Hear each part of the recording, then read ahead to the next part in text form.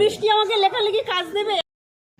শারীরিক প্রতিবন্ধকতার পাশাপাশি বর্তমান সমাজ ব্যবস্থাকে হার মানিয়ে অন্যান্য কলেজ পড়ুয়াদের সঙ্গে প্রতিযোগিতামূলক পরীক্ষায় উত্তীর্ণ হয়ে গ্র্যাজুয়েশন সমাপ্ত করেছে দেগঙ্গার ৭৫% শারীরিক প্রতিবন্ধী এক কলেজ ছাত্রী।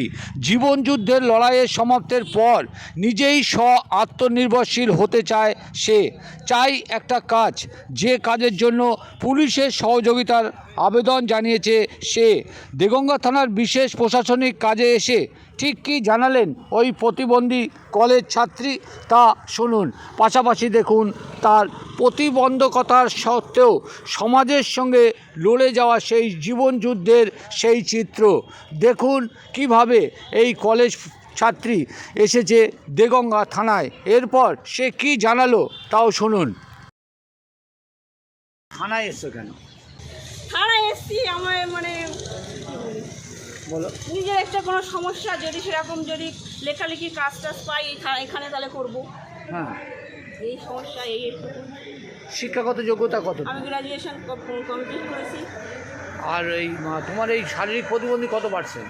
75। 75। সরকারি অনুদান পাও? হ্যাঁ পাই। আমার নিজের যে পার্সেন্ট হিসেবে যে সাবসিডিটা সেটাই পাই। হ্যাঁ, এখন কি চাইছো এই শারীরিক প্রতিবন্ধকতা নিয়ে কি চাইছো? কী চাইছি, আমি যদি কোনো সরকারিভাবে কোনো সংস্থান থেকে কাজ পাই আমি সেটা করতে চাই। আর পুলিশের কাছে কি চাইছো? পুলিশের কাছে আমি এসছি একটু এই বললে যে আমি লেখালেখির কাজ যদি পাই। আমি বলছি আমি যদি কোনো পুলিশ কি আমাকে লেখালেখি কাজ দেবে? আমি যদি এখানে পাই এখানে এখান থেকে করি। আপনার নাম কি? বন্দনা ঘোষ।